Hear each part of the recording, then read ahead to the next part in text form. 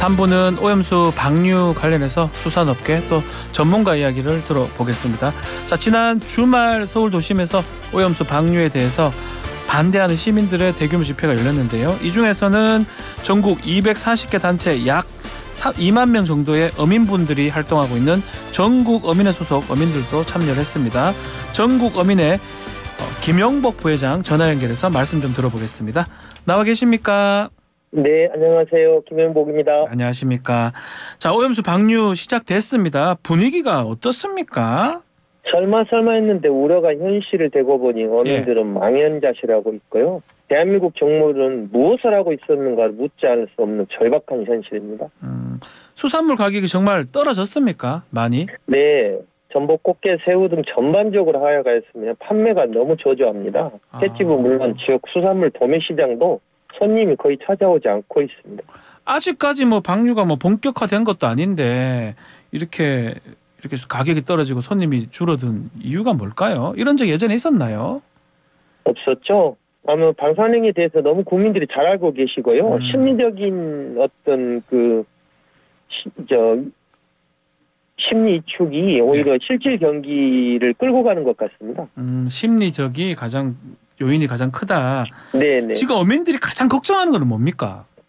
일본의 해고 오염수 해양 투기가 30년 동안 지속된다면 오히려 더욱더 소비자들은 수산물 기피할 것이고 결국 수산업은 붕괴될 것이라고 염려를 하고 있습니다. 붕괴될 것이다. 정부 여당은 과학을 좀 믿어달라 하면서 철저한 모니터링 하겠다. 수산물 안전 지키겠다라고 하고 있거든요. 이 부분 어떻게 보고 있는지요? 결국 과학은 확률입니다. 확률이 낮다고 안전하다는 것은 오히려 비과학적이다. 그러나 현재 인류 역사상 후쿠시마 해고오염수처럼 대량으로 장기 처리를 해본 사례가 없습니다. 그런데 어떻게 그게 과학입니까? 한마디로 속아 웃을 일이죠. 이건 과학도 아니다 이렇게 생각이 드시는 겁니까? 네. 국민들이 똑똑합니다. 의식이 5만 불 수준입니다. 그런데 정부 여당은 1만 불 수준인 것 같습니다. 국민들을 너무 바보 취급하니까 국민들이 화가 나는 겁니다. 자, 또 민주당이 지금 가짜 뉴스를 좀 많이 하고 있다. 선동을 하고 있다. 우리 수산물에 방사능 색칠을 해서 생계에 타격을 주고 있다. 이렇게 얘기를 하고 있거든요. 이 부분은요? 국민의 85%가 해양의 투기를 반대하고 있습니다. 오히려 정부 여당에서는 가짜뉴스, 괴담 선동이라고 하기 전에 왜 국민 대다수가 반대를 하는가를 먼저 진단했어야 된다고 생각하고요. 우리 국민은 의식 있는 국민입니다. 정부 여당은 정치 공세를 멈추고 작금의 사태가 일어난 점에 대해서 성찰이 먼저라고 생각합니다. 그러면 오히려 정부 여당이 하는 게 정치 공세라고 보이십니까? 그렇습니다. 오히려 정부 여당이 좀 더 적극적으로 성찰하고 적극적으로 대책을 세워야 된다 이렇게 생각을 하시는 거군요. 네, 그렇습니다. 여당에서 그런 의미에서 기업 급식에 수산물을 활용하고 또 어민 지원 예산을 한 2천억 더 추가하겠다 밝혔는데요. 이 대책은요? 1년 대한민국 수산업 생산이 약 한 9조 2천억 정도 됩니다. 전혀 현실과 동떨어진 대책이고요. 인간의 존엄성을 침해할 우려가 있습니다. 단체급식이라고 해서 무조건 억지로 먹이려는 발상은 위험합니다. 양질의 단백질 공급원인 우리 수산물을 안전하게 마음껏 먹을 수 있게 하는 대책이 필요합니다. 예를 들어서 중국이나 홍콩처럼 일본산 수산물을 전면 금지 조치나 또는 샘플 조사가 아닌 전수 조사를 해서 통과하면 국민들이 안심하고 수산물을 많이 드실 것 같습니다. 오히려 그런 방법, 중국이나 홍콩 같은 방법을 쓰는 게 낫다고 보시는 거군요. 그렇죠. 현실적인 대화책. 이런 생각이 많은 어민들이 이렇게 생각을 하고 계시는 겁니까? 대다수 어민들은 다 이렇게 생각을 하고요. 국민들도 그렇게 생각을 합니다. 지금 오히려 수산물을 사러 와서 이거 먹어도 되냐고 물어보는 국민들이 훨씬 더 많거든요. 또 일부 어민들은 또 민주당이 자꾸 저렇게 얘기하는 바람에 오히려 사람들이 또 국민들이 소비를 하지 않는 거 아니냐 수산물 이런 얘기하는 분들도 계시는 것 같기도 하거든요. 아닙니다. 그건 전혀 아니고요. 어떤 정치적인 의도가 있는 일부 어민들이 그럴 수도 있고 국민들이 그럴 수도 있다고 하는데요. 떠든다고 해서 알고 모른다 알면 난 떠든다고 해서 모르는 일이 아니고 전 인류의 관심사 아닙니까? 해오염수 문제는. 자, 오염수 용어를 처리수로 바꾼다 이렇게 얘기를 하고 있거든요. 이건 어떻게 보십니까, 부회장님? 말이 안 되는 얘기죠. 어떻게 알프스 하는 게 지금 성능 시험 단계고 또 그 정수기 대형 필터가 25개가 들어가는데 그게 어떻게 그 정수기로 그 많은 물을 가정에서도 조그맣게 먹는 물도 한 달에 한 번씩 필터를 교체하는데 그 많은 물을 어떻게 필터를 교체한다는 걸 믿을 수가 없는 겁니다. 아하. 자, 민주당에서는 일본 수산물 수입 금지 또 필요하다면 구상권까지 청구하겠다 이렇게 입장을 밝혔거든요. 이 부분은 어떻습니까? 네. 민주당이요. 여보세요? 예. 네네. 부회장님 지금 정확히 못 알아들었습니다. 예, 민주당에서 일본 수산물 수입 금지도 하고 네네. 구상권도 청구하겠다. 뭐 이런 법을 만들겠다. 특별법 이렇게 얘기를 하고 있거든요. 네네.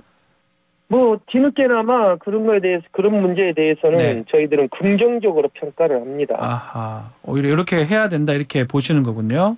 네네. 자, 일본 정부는 한국 피해는 없을 것이다. 그리고 어민들 입장에서는 뭐 괜찮을 것이다. 일본은 그렇게 얘기하는데 그 부분은 믿습니까? 그렇게 생각하고 계십니까?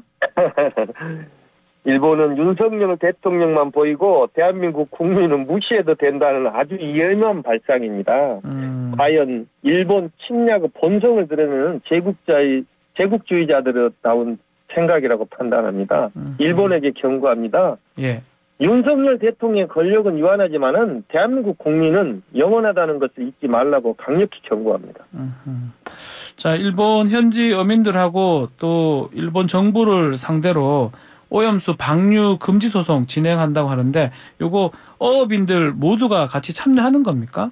당연히 모두 참여하게 될 것입니다. 아, 주민들이요? 네. 참여를 해서 지금 오염수 방류 금지하도록 지금 소송을 넣는다는데 또 일본 또 지난 주말에 찾았다고 하던데 앞으로 계획은 어떻게 되는 겁니까? 현재 전호총 대표단 일본에 머물고 있고요. 네. 일본 어민들과 연대를 하여 인류의 재앙을 불러올 핵오염수 해양 투기가 중단될 때까지 모든 수단과 방법을 동원하여 인류의 바다를 지켜 후손들에게 물려주겠다는 각오로 끝까지 투쟁할 것입니다. 아하, 알겠습니다. 자, 마지막으로 지금 어민들 입장에서 좀 정부에게 요구하고 싶은 대책이나 뭐 말씀이 있으면 좀 부탁드리겠습니다. 후손들에게 역사의 죄를 짓지 않기 위해서라도 지금이라도 핵오염수 해양 투기 반대 입장을 네. 정부는 분명히 표명하고 국제해양법 재판소에 방류중기 가처분 소를 제기할 것을 강력히 요구합니다. 아, 국가에서 정부가 직접 소송 제기하기를 바라신다 이 말씀인가요? 네. 그거 말고 뭐 지원 이런 것들도 있을까요? 뭐 예산이라든지 좀 그런 부분? 글쎄요, 뭐 2천억 정도 뭐 예산을 지원한다고 하는데 네. 일본에서는 4조 엔을 예산을 편성을 해서 한다고 해도 어민들이 반대를 하기 때문에 추가 예산을 편성한다고 합니다. 그럼 네. 일본에서도 핵오염수를 해양에 투기하면 피해가 있다는 것을 인정하는 결과입니다. 네. 정부에서도 강력히 여기에 대한 대안이 강구돼야 될 것으로 그렇게 생각합니다. 알겠습니다. 자, 오늘 말씀 여기까지 듣겠습니다. 감사합니다. 감사합니다. 지금까지 전국어민의 김용국 부회장과 말씀 나눴습니다. 자, 이번에는 전문가 이야기도 좀 들어보겠습니다. 한 번도 경험해보지 못한 핵오염수 방류로 국민 불안이 상당한데요. 서울대학교 회계학과 강건욱 교수와 말씀 나눠보겠습니다. 교수님 안녕하십니까? 네, 안녕하세요. 자, 지금 뭐 일본 해류가 우리나라에 뭐 당장 들어온 건 아니지만 4, 5년 뒤에 이제 들어온다고 하지만 이게 걱정을 지금 당장 할 필요가 없는 겁니까? 어떻습니까? 그렇죠. 뭐 어차피 태평양에 다 희석되고 구로시오 해류에 의해서 미국까지 갔다가 오기 때문에 네. 지금 당장은 뭐 아예 오지도 않고요. 4, 5년 뒤에는 보통 한 1경분의 1 정도 와서 네. 굉장히 뭐 측정할 수 없을 정도로 이제 작은 값이 이제 되겠죠. 1경분의 1이라면 정말 작은 값이 되는 거네요. 그렇죠. 보통 우리 이제 바닷물에 평상시에 이제 있는 삼중수소의 10만 분의 1 정도 수준, 또 우리가 늘 먹는 생수나 이제 뭐 식수의 한 100만 분의 1 정도 수준이 현재는 계산이 됐습니다. 그렇다 그러면 뭐 그거는 측정도 안 될 뿐만 아니라 의미가 없겠죠. 자, 뭐 가장 이 걱정하는 게 삼중수소 아니겠습니까? 이 알프스를 네네, 통해서 맞습니다. 걸러지지 않는다고 하는데 그런데도 이 양이 적기 때문에 걱정 안 해도 된다 이렇게 봐야 되는 겁니까?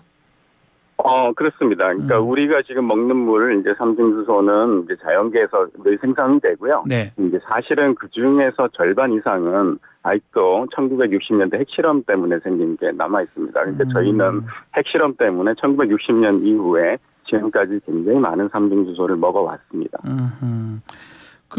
그러면 바닷물이나 이런 데 물에 삼중수소가 많이 포함되어 있다고 하는데 이게 또 일부에서는 축적되는 거 아니냐. 뭐 해조류나 생선 먹으면서 그게 또 큰 물고기가 먹고 이래서 몸에 쌓이지 않다고 장담할 수 없다. 이렇게 얘기를 하는 부분은 어떻게 봐야 됩니까? 일반적으로 축적 개수는 네. 이제 다른 중금속 같은 경우는 수십 배가 되기도 하는데요. 이제 이거는 물 형태로 들어오기 때문에 거의 1에 가깝습니다. 네. 물론 일부 뭐 해조류 또는 해조류뿐만 아니라 우리 육상에 나는 이제 식물들도 보통은 많은 경우에 절반 같은 경우 이제 유기결합 삼중수소라 가지고 좀 남아 있는 경우가 있거든요. 예. 그렇지만 우리가 먹었을 때는 다시 또 그 물로 분해가 돼가지고 나갑니다. 그러니까 사람의 축적 개수가 높지가 않아요. 사람은 거의 한 열흘이면 거의 이제 많이 빠져나가고요. 일부 2% 정도가 한 40일 정도 지난 뒤에 빠져나갑니다. 네. 그리고 또 이제 해조류보다는 육상에 있는 여러 가지 채소라든지 과일, 그다음에 육류들이 삼중수소가 10배 높아요. 예. 그러니까 만약에 이제 우리 몸의 삼중수소를 낮추고 싶으면 생선이나 해조류를 많이 드시면 삼중수소가 낮아집니다. 그럼에도 불구하고 네이처지나 해양생물학자들은 아직까지 안전성이 확인되지 않았다 이렇게 얘기를 하거든요. 이건 어떻게 봐야 됩니까? 그렇기 때문에 네. 우리가 그 해조류를 더 많이 먹는 게 더 좋을 수도 있습니다. 그러니까 우리가 평상시에 먹는 물과 예. 그다음에 육상에서 나는 고기, 그다음에 채소가 10배가 높거든요. 바다에서 나는 것보다. 그러니까 결국은 양이 중요한 거겠죠. 그러니까 삼중수소의 위험성은 지금 굉장히 약한 거로 돼 있지만 아직까지 일부 의심을 하는 분들도 있습니다. 그렇지만 그렇다 그러면 우리는 오히려 더 해조류를 많이 드셔야 됩니다. 왜냐하면 삼중수소가 훨씬 낮기 때문에 그렇습니다. 측정해보면. 그 동일본 대지진 당시에 무방비 상태로 방사능 물질이 흘러 들어갔지만 우리나라 해역에 방사능 농도 변화가 없었다고 하잖아요. 그 사이에 어류나 폐류, 해조류 변화가 없었습니까, 그러면? 그렇습니다. 그러니까 우리나라는 1994년부터 지금까지 30년간 측정을 하고 있고요. 특히 해조류 네. 매년 이렇게 측정을 해오고 있는데요. 네. 그 이후에 변화가 전혀 없습니다. 그러니까 2011년 동일본 대지진은 지금보다 1000배 정도 이상이 더 많은 방사능이 나왔기 때문에 이게 무슨 초유의 일이다 그 얘기할 수가 없는 것이죠. 사실은 오히려 엄청나게 많은 방사능을 쏟아놓은 것을 벌써 11년간 경험한 상태입니다. 그런데 일본 앞바다는 오염이 당시에 됐고 여러 가지 해조류라든지 어류 같은 것들이 오염됐다는 게 당시에 이미 벌써 밝혀졌죠. 그런데 우리나라는 전혀 오지 않았습니다. 자, 그렇다면 지금 말씀대로라면 안전하다는 이런 말씀이잖아요. 네네. 그러면 일본 내에서 농업용수나 공업용수를 사용하면 안 됩니까? 일본 자체 내에서 안전하다는 건 보장할 수 없습니다. 저는 우리나라가 안전하다는 얘기지 일본은 이미 오염이 됐고요. 그 지역은 아직도 완전히 처리가 되지 않은 지역이에요. 그리고 당연히 오염 공업용수도 농업용수 쓰면 그거를 가지고 농사지어서 먹겠다는 건데 사람한테 집어넣는 거죠, 강제로. 전 그거는 윤리적으로 맞지 않다고 생각합니다. 그거는 불가능하지만 바다를 통해서 희석이 되면 된다 이런 말씀인가요? 그러면? 그렇죠. 일반적으로 공기로 증발시키거나 아니면 육상에서 남기면 사람이 노출돼요. 그래서 이건 윤리적이지 않거든요. 바다로 가는 게 가장 안전합니다. 당시에도 그 공기를 통해서 일본 동일본 대지진 때 요오드가 국내에서 측정이 됐거든요. 바다를 통해서는 측정이 안 됩니다. 희석이 되기 때문에. 근데 공기로는 이 바다는 미국을 갔다 오지만 공기는 바로 올 수 있거든요. 우리나라로. 그러니까 육상에 남기는 거는 우리나라에도 입장에서 별로 좋지 않습니다. 일부 학자들이나 일부 관련자 중에 그거 오염수 희석된 거 마실 수도 있다 이렇게 막 하는 그런 부분은 어떻게 봐야 됩니까? 저는 그거는 별로 좋지 않은 이야기라고 합니다. 못 먹는 거죠, 사실은? 굳이 억지로 먹을 필요는 없는 거죠. 큰 문제를 일으키지는 않는다 하더라도 농도가 자연계보다 훨씬 높은 거를 왜 굳이 마셔야 되겠습니까?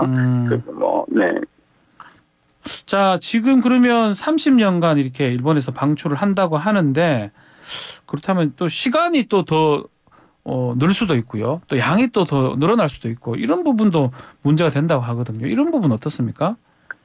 네네. 30년이 아니라 네. 계속 그 처리를 못하면 그 이유도 계속 나오겠죠. 그렇지만 이제 저는 이제 항상 총량이 중요합니다. 네. 22조 베크렐 정도 수준이면 예. 중국 그 상하이 근처에 있는 원자로 하나가 내는 거에 한 10분의 1이거든요. 거기는 벌써 20년 전부터 222조 베크렐을 매년 방출하고 있다고 중국 스스로 보도를 했어요. 발표도 하고. 네. 그러니까 그게 비하면 10분의 1이기 때문에 큰 문제는 없죠. 근데 계속 낸다고 하더라도 어차피 우리가 먹는 삼중수소의 대부분은 자연에서 발생했거나 핵실험에서 나온 걸 지금도 먹고 있거든요. 예. 자, 그래도 오염수 방류는 사실은 세계 최초기 때문에 걱정을 많은 분들이 하고 있는 상황인데 교수님 보시기에는 수산물을 먹는 부분은 또 수입하는 부분은 어떻게 보시는지요? 우리 수산물은 정말 안심하고 먹을 수 우리 거는 좋고요. 특히 예. 삼중수소를 적게 먹고 싶으면 수산물을 먹으면 10분의 1만 들어오거든요. 네. 일상에서 나는 거에 비하면. 그러니까 적극적으로 드시는 게 좋고, 그 다음에 수입은 여러 가지 검증 문제라든지 이런 것들이 되게 복잡하기 때문에 물론 검증을 했다 그러지만 기분 나쁘고 그럴 수 있어서 안 하는 게 좋겠죠. 수입도 하지 않는 게 이건 사실은 과학적인 부분보다는 약간 기분적인 문제 아니면 소비자 심리 때문에 심리적인 문제가 있습니다. 네네. 만약에 일본산 수입이 되면 그게 둔갑될 수도 있고 한국산으로 그렇기 때문에 이제 국산 수산물까지도 피해를 보지 않을까 그런 염려가 됩니다. 그러면 중국이나 홍콩처럼 전면 금지하는 건 어떻습니까? 전면 금지하는 거는 예. 일본에 이제 지금 7개월 금지를 하고 있는데요. 예. 전면 금지한다는 거는 그냥 정치적인 행위겠죠. 과학적인 행위라기보다는. 자, 중국하고 러시아 같은 데도 교수님과 책 전문가들이 많을 것 같은데 거기선 또 엄청 반대를 하고 있거든요. 이거는 왜 그럴까요? 특히 러시아는 저는 넌센스라고 생각합니다. 예. 왜냐하면 동해에다가 30년간 핵폐기를 했잖아요. 핵폐기물 버렸죠. 그리고 삼중수소를 또 얼마나 많이 쏟아내는지 몰라요. 지금의 100만 배 정도를 그 핵실험을 통해 가지고 대기 중에 쏟아내서 지금 우리가 먹고 있는 이 수돗물 생수는 러시아하고 소련이 만든 겁니다. 네. 미국도 같이 예. 했고요. 네, 그런 입장에서 그리고 상당히 많은 발전소를 통해서 지금도 북극해 쪽으로 계속 삼중수소를 내고 있는 입장에서 그렇게 얘기하는 건 순전히 정치적인 행위죠. 정치적인 모습이다. 자, 마지막으로 지난 주말 우리 측 전문가들이 후쿠시마에 있는 IAEA 사무소를 찾았는데요. 또 우리 정부가 또 국민들은 여전히 좀 불안해하고 있기 때문에 이걸 해소시키기 위해서 어떤 노력을 해야 될지 좀 말씀 부탁드리겠습니다. 네, 사실 일본에 가서 열심히 활동하는 거는 일본 주민과 일본 어민들을 위해서 하는 행동입니다. 왜냐하면 일본 정부가 속일 수도 있고 그렇기 때문에 제3국이 이제 가서 모니터링 해주면 확실하게 일본 어민들이나 주민들은 좀 낫겠죠. IAEA라든지 우리나라라든지. 근데 우리나라 국민들한테는 큰 도움은 안 되죠. 어차피 그냥 알프스가 고장나도 사실 우리는 영향이 없는 상태니까요. 네. 그렇지만 이제 단순히 이제 불안감 이런 걸 없애기 위해서 좀 갈 수 있지 않나 이런 생각을 합니다. 알겠습니다. 자, 오늘 말씀 여기까지 듣겠습니다. 감사합니다. 네, 안녕히 계십시오. 지금까지 서울대학교 회계학과 강건욱 교수와 함께했습니다.